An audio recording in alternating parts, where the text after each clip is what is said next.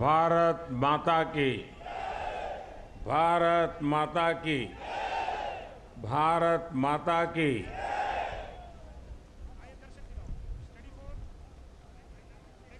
आज प्रातः मैं बेंगलुरु में था। सुबह बहुत जल्दी पहुंचा था।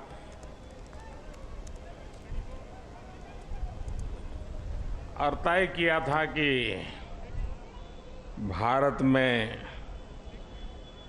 जाकर के देश को इतनी बड़ी सिद्धि दिलाने वाले वैज्ञानिकों के दर्शन करूं। और इसलिए मैं सुबह सुबह वहां चला गया। लेकिन वहां जनता जनार्दन ने सुबह से ही, सूर्योदय से भी पहले हाथ में तिरंगा लेकर के चंद्रयान की सफलता का जिस प्रकार का उत्सव मनाया, वो बहुत ही प्रेरित करने वाला था। और अभी कड़ी धूप में सूरज बराबर तप रहा है और इस महीने की धूप तो चमड़ी को भी चीर देती है। ऐसी कड़ी धूप में आप सबका यहां आना और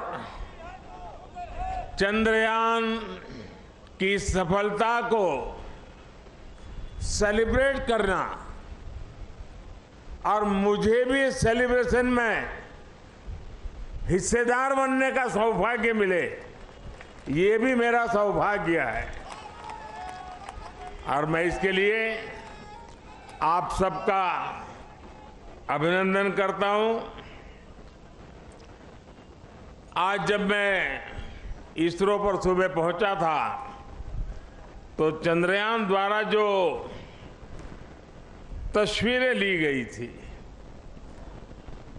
उन तस्वीरों को पहली बार रिलीज करने का भी मुझे सौभाग्य मिला। शायद अब तो आपने भी टीवी पर वो तस्वीरें देखी होगी। वो खूबसूरत तस्वीरें अपने आप में एक बहुत बड़ी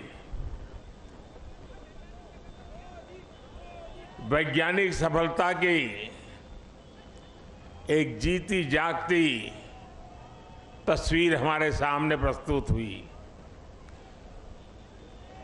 आमतौर पर एक परंपरा है दुनिया में कि इन प्रकार के सफल अभियान के साथ उस पॉइंट का कोई न कोई नाम दिया जाए। तो बहुत सोचने के बाद मुझे लगा, और आज जहां पर चंद्रयान 3 ने लैंड किया हुआ है, उस पॉइंट को एक नाम दिया गया और नाम दिया है शिव शक्ति।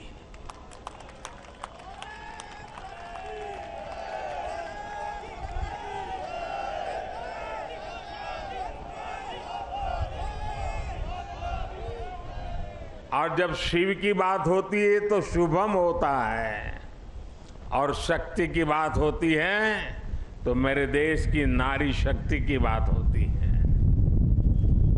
जब शिव की बात होती है तो हिमालय याद आता है, और शक्ति की बात होती है तो कन्याकुमारी याद आता है। हिमालय से कन्याकुमारी तक की इस भावना को उस पॉइंट में प्रतिबिंबित करने के लिए इसका नाम शिव शक्ति तय किया है। इसके साथ ही 2019 में चंद्रयान 2, उस समय नाम रखने की चर्चा मेरे सामने आई थी, लेकिन मन तैयार नहीं था। भीतर ही भीतर मन ने संकल्प कर लिया था कि पॉइंट 2 को भी नाम तब मिलेगा जब हम सच्चे अर्थ में हमारी यात्रा में सफल होंगे। और चंद्रयान 3 में सफल हो गए तो आज चंद्रयान 2 का जो पॉइंट था उसका भी नामकरण किया और उस पॉइंट का नाम रखा है तिरंगा। हर संकटों से जूझने का सामर्थ्य तिरंगा देता है। हर सपने को साकार करने की प्रेरणा तिरंगे देता है। और इसलिए 2 में विफलता मिली, 3 में सफलता मिली, तो प्रेरणा बन गई तिरंगा। और इसलिए जो पॉइंट 2 चंद्रयान 2 जो पॉइंट के रूप में अब तिरंगा के रूप में जाना जाएगा।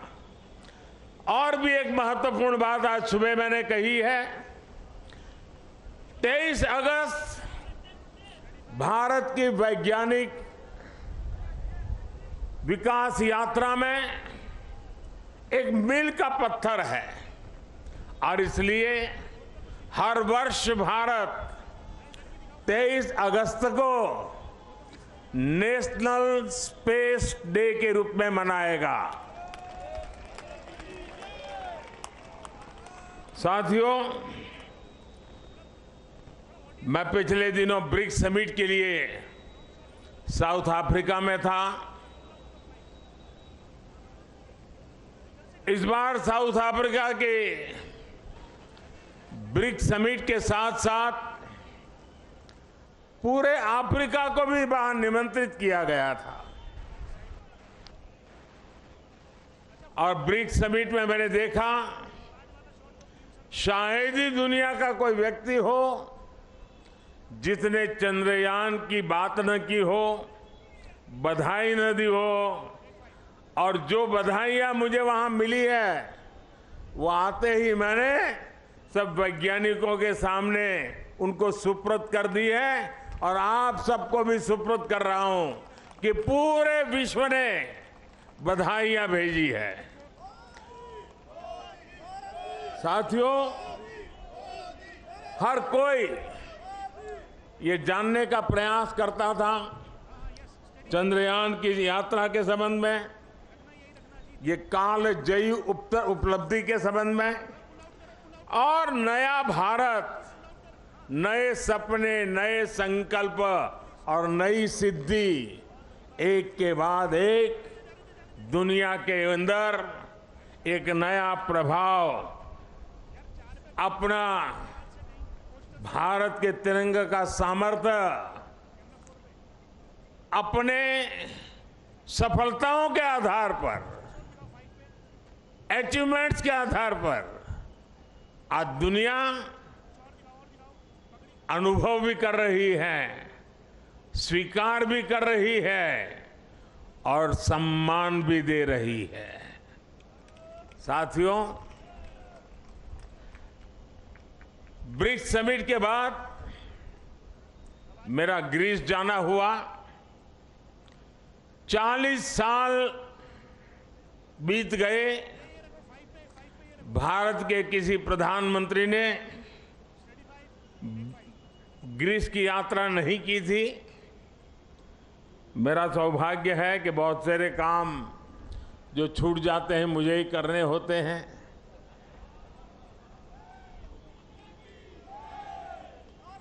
ग्रीस में भी जिस प्रकार से भारत का मान सम्मान, भारत का सामर्थ्य, और ग्रीस को लगता है कि भारत और ग्रीस की दोस्ती, ग्रीस एक प्रकार से यूरोप का प्रवेश द्वार बनेगा और भारत और ग्रीस की दोस्ती भारत और यूरोपियन यूनियन के रिश्तों को मजबूती देने का एक बहुत बड़ा माध्यम बनेगा। साथियों, आने वाले दिनों में कुछ दायित्व हमारे भी हैं। वैज्ञानिकों ने हमारा काम किया है, सैटेलाइट हो, चंद्रयान की यात्रा हो, सामान्य मानवीय के जीवन में इसका बहुत बड़ा प्रभाव होता है। और इसलिए इस बार मेरे देश की युवा शक्ति को विज्ञान के प्रति रुचि बढ़े, टेक्नोलॉजी के प्रति रुचि बढ़े। हमें इस बात को आगे ले जाना है। हम सिर्फ उत्साह, उमंग, नई ऊर्जा, सिर्फ इतने से अटकने वाले लोग नहीं हैं। हम एक सफलता प्राप्त करते हैं तो वहीं पर मजबूत कदम रख के नए उछाल के लिए तैयार हो जाते हैं। और इसलिए गुड गवर्नेंस के लिए, लास्ट माइल डिलीवरी के लिए, सामान्य मानवीय की जिंदगी में सुधार के लिए ये स्पेस साइंस कैसे काम आ सकता है, ये सैटेलाइट कैसे काम आ सकते हैं, ये हमारी यात्रा कैसे उपयोगी हो सकती है, उसको हमें आगे बढ़ाना है। और इसलिए मैंने सरकार के सभी विभागों को सूचित कर रहा हूं कि वे अपने अपने विभाग में जो जन सामान्य से जुड़े काम है, उन कामों में स्पेस साइंस का, स्पेस टेक्नोलॉजी का, सैटेलाइट के सामर्थ्य का डिलीवरी में कैसे उपयोग करें, क्विक रिस्पांस में कैसे उपयोग करें, ट्रांसपेरेंसी में कैसे उपयोग करें, परफेक्शन में कैसे उपयोग करें, उन सारे बातों की ओर वो अपनी समस्याओं को खोज के निकाले।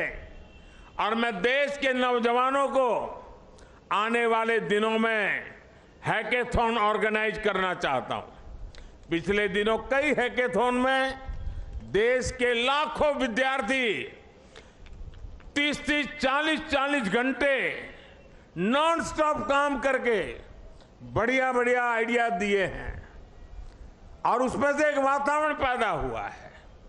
मैं आने वाले दिनों में ऐसे हैकेथॉन की बड़ी श्रृंखला चलाना चाहता हूं ताकि देश का जो यंग माइंड है, यंग टैलेंट है और जो जन सामान्य की मुसीबतें हैं, इसके सॉल्यूशन के लिए ये स्पेस साइंस, सैटेलाइट से टेक्नोलॉजी, उसका उपयोग करें। उस दिशा में हम काम करेंगे। इसके साथ साथ हमें नई पीढ़ी को भी विज्ञान की तरफ आकर्षित करना है। 21वीं सदी टेक्नोलॉजी ड्रिवन है और दुनिया में वही देश आगे बढ़ने वाला है जिसकी साइंस और टेक्नोलॉजी में महारत होगी।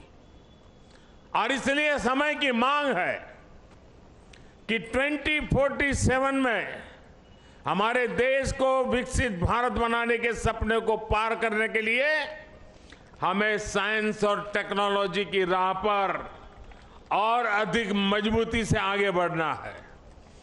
हमारी नई पीढ़ी को बचपन से ही साइंटिफिक टेम्पर के साथ आगे बढ़ने के लिए तैयार करना है। और इसलिए ये जो बड़ी सफलता मिली है, ये जो उमंग है, उत्साह है, उसको अब शक्ति में चैनलाइज करना है। और शक्ति में चैनलाइज करने के लिए माईगॉव पर 1 सितंबर से एक क्विज कंपटीशन आरंभ होगी ताकि हमारे नौजवान छोटे छोटे सवाल जवाब देखेंगे तो उनकी धीरे धीरे उस पर रुचि बनेगी। और जो नई एजुकेशन पॉलिसी है उसने साइंस और टेक्नोलॉजी के लिए बहुत भरपूर व्यवस्था करके रखी हुई है। हमारी नई शिक्षा नीति इसको बहुत अधिक बल देने वाली शिक्षा नीति है और उसमें जाने के लिए एक रास्ता बनेगा। हमारा क्विज कंपटीशन, मैं आज यहां से देश के नौजवानों को, मेरे देश के विद्यार्थियों को और हर स्कूल को मैं कहूंगा कि स्कूल का एक कार्यक्रम बने कि ये चंद्रयान से जुड़ी हुई जो क्विज कंपटीशन है उस क्विज कंपटीशन में बढ़ चढ़ करके हिस्सा लें देश के करोड़ों करोड़ों युवा इसका हिस्सा बने और हम इसको आगे ले जाएं। मैं समझता हूं ये बहुत बड़ा परिणाम देगा। आज मेरे सामने आप सब आए हैं तो और भी एक बात की और मैं आपका ध्यान आकर्षित करना चाहता हूं।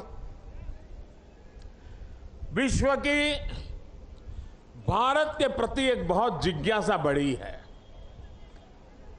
आकर्षण बढ़ा है, विश्वास बढ़ा है, लेकिन इन सब के बावजूद भी कुछ मौके होते हैं जब उसे इन चीजों की अनुभूति होनी चाहिए।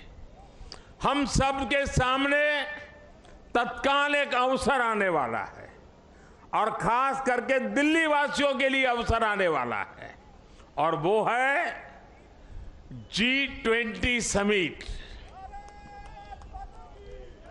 एक प्रकार का विश्व का बहुत बड़ा निर्णायक नेतृत्व ये हमारी दिल्ली की धरती पर होगा, हिंदुस्तान में होगा।